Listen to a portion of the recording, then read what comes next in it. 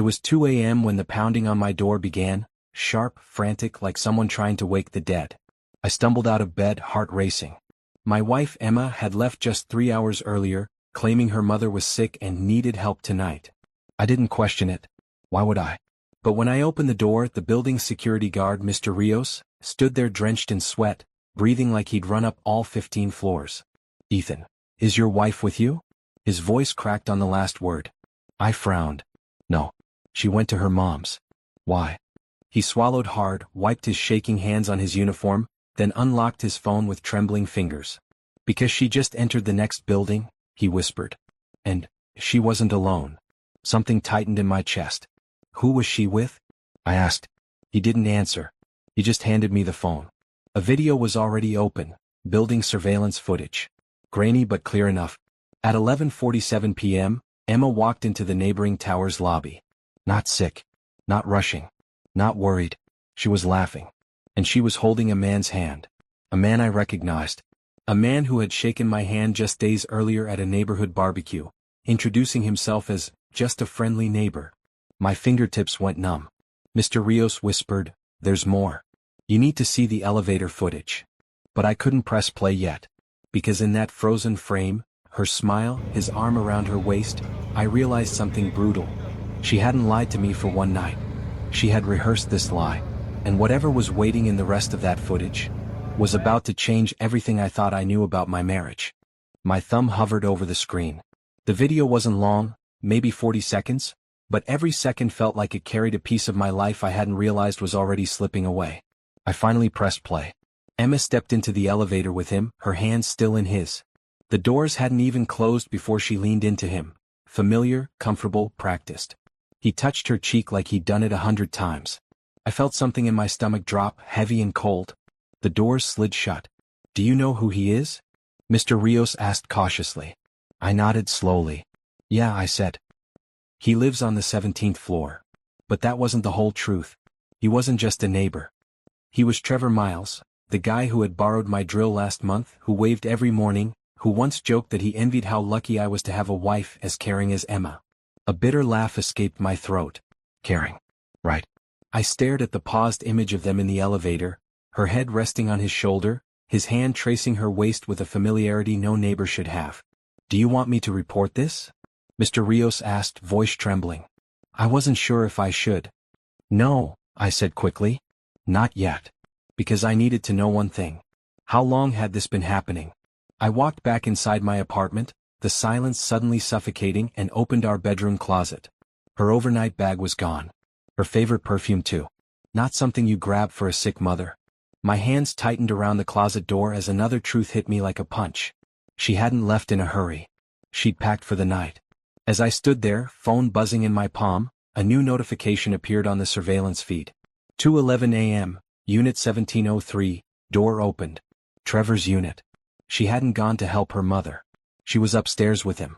And I wasn't going to wait until morning to find out why. I took the elevator up in absolute silence. Not anger. Not panic. Just a strange, chilling focus. The kind you don't choose. The kind that chooses you when something inside you finally snaps. The elevator dinged softly at the 17th floor. Trevor's hallway was quiet, dimly lit, the kind of stillness that makes every sound feel louder than it should. I could hear muffled laughter from behind his door. Her laughter. A version of it I hadn't heard in months. Not tired. Not strained. Not pretending. Real. My throat tightened. I stepped closer. Emma's voice floated through the door, low and warm. "Do you think he suspects anything?" Pause. Trevor chuckled. "He works nights, Em. He barely sees you. That's the point." I froze. That's the point. I'd been working double shifts for months. Saving for our future. Fixing the life she said she wanted. And the entire time, they had been using my absence as the foundation for whatever this was. My hand closed into a fist. Inside she continued, softer now. "I just don't want him showing up unexpectedly." Trevor replied, smug and sure of himself. "He won't. And even if he did, what's he gonna do?" He laughed again. Something in me, something small but important, cracked. I didn't kick the door. I didn't shout. I didn't break down. I stepped back. Because truth doesn't need noise. It needs evidence. And if tonight had taught me anything, it was that I didn't fully understand the depth of their betrayal yet. Not even close. I walked to the stairwell, pulled out my phone and texted Mr. Rios. Save all footage from 10 p.m. to now. No deletions. His reply came instantly. Already done. Good. This wasn't just a bad night. It was the start of something much bigger. As I descended the stairs, a sickening realization hit me. Emma hadn't drifted away from our marriage. She had walked out of it with intention. And whatever they were building together, it wasn't just an affair. It was a plan. I didn't go home right away. I sat in my car in the dark, engine off, hands gripping the steering wheel hard enough to make my knuckles ache. My mind replayed their voices, her soft, afraid, guilty, his cocky, amused, certain. But what struck me wasn't the cheating. It was the planning. The deliberate timing. The way she'd used my work schedule like the blueprint of a double life. I opened her location history on my phone, something she used to share with me voluntarily. Not anymore. The timeline stunned me. 11 nights. All within the last month. All between 11 p.m. and 3 a.m. All at Trevor's building. Patterns don't lie. She had carved out a second life inside the hours I spent saving strangers. And I hadn't noticed because I trusted her. At 3:14 a.m., my phone buzzed with a new message. Emma. At Mom's? Her fever just broke. Don't worry, try to sleep. Love you. I stared at the screen, rereading it 3 times. She was lying to me while lying next to him. She wasn't protecting her mother. She was protecting her story. A story she thought I had no reason to question. But now I had every reason. I drove home slowly, deliberately. When I walked into our bedroom, her side of the bed was perfectly made. The pillow smooth. The blanket untouched. Because she wasn't supposed to be here.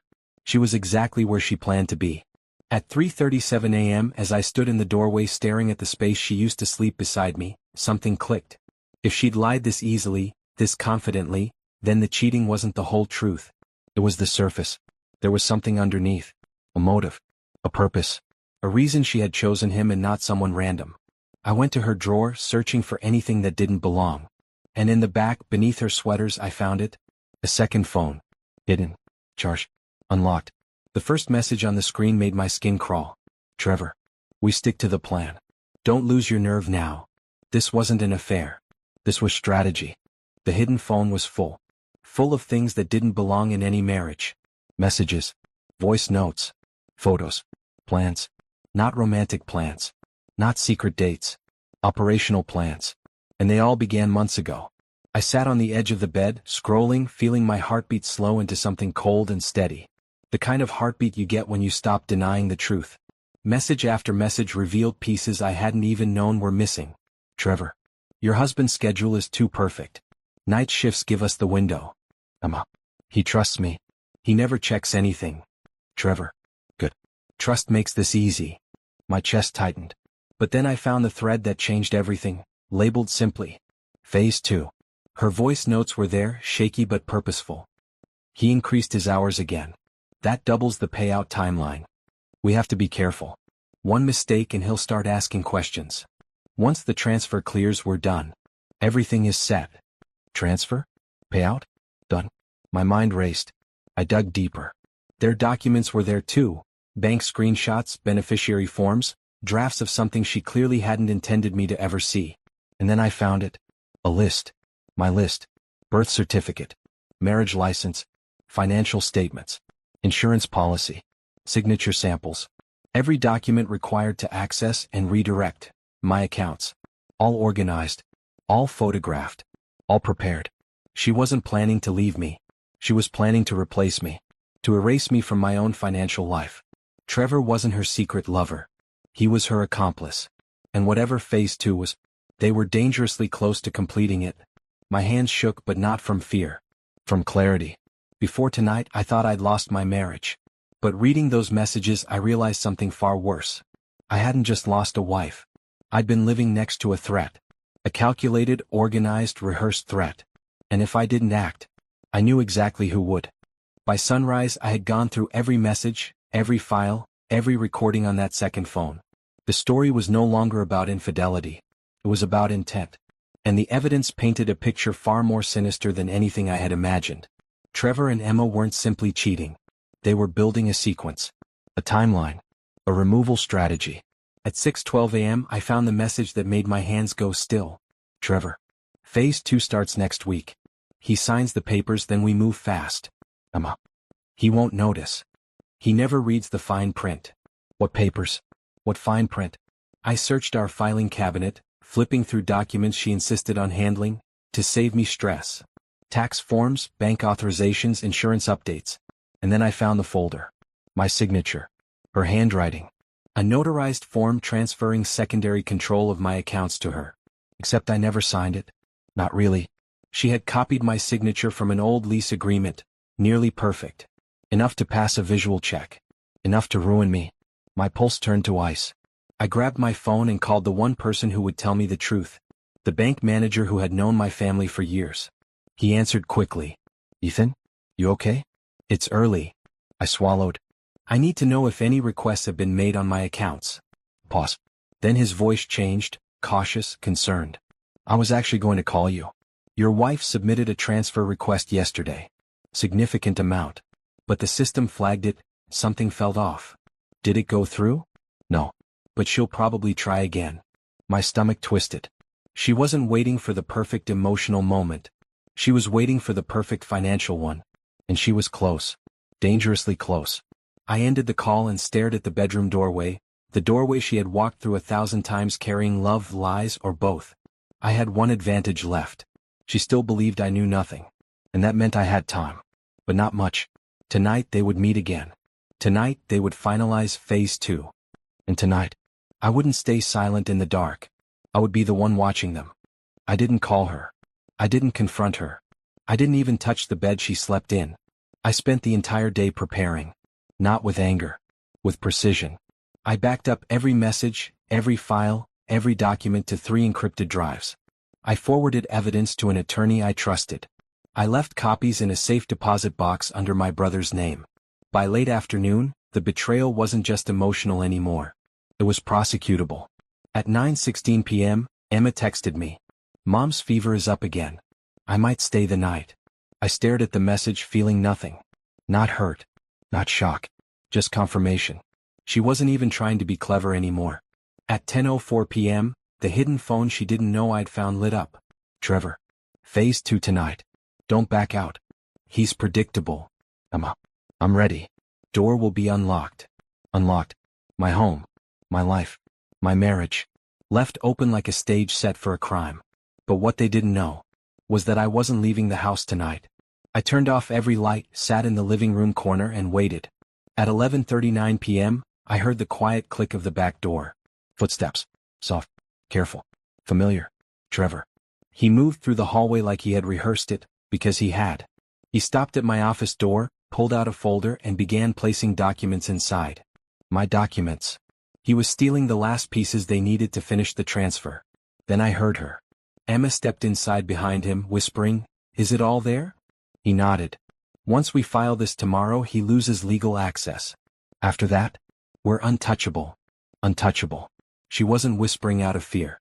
She was whispering out of excitement. I leaned forward just enough for my voice to reach them. Interesting plan. They froze.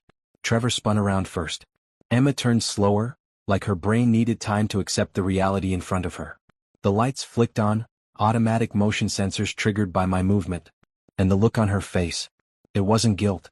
It was panic. Pure, instant, undeniable panic. Because she finally understood. I hadn't been blindsided. I had been watching. Documenting. Preparing. And now, the one part of their plan they never accounted for was standing 3 feet away, staring straight through them. Trevor's face drained of color first. Emma followed, her breath catching like someone had pulled the floor out from under her. Neither moved. Neither spoke.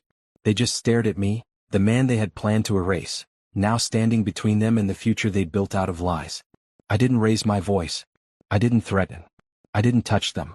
I simply lifted the second phone, the one she thought was hidden, and dropped it onto the table between us. Phase 2, I said quietly. Interesting name for ending someone's life on paper. Emma stepped forward, reaching out. Ethan, Don't, I cut in. You practiced your lines with him. Don't try improvising now.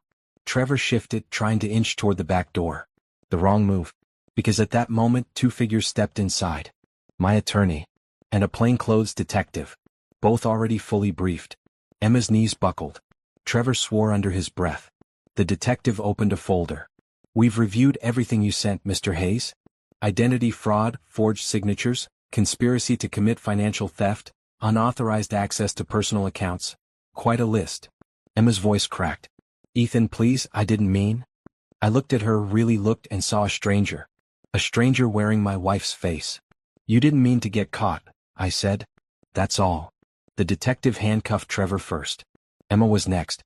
She didn't cry. Not for love. Not for guilt. Only for the collapse of a life she planned to build on my ruin. As they escorted them out, she looked back at me, searching for the man who used to forgive her smallest mistakes. But that man was gone. I wasn't vengeful. I wasn't triumphant. I was free. Completely, finally free. By morning, charges were filed. Her access was revoked. My accounts were secured. My name was mine again. And as I sat in the quiet dawn of my living room, I realized something I hadn't felt in months. They hadn't stolen it. I had reclaimed it.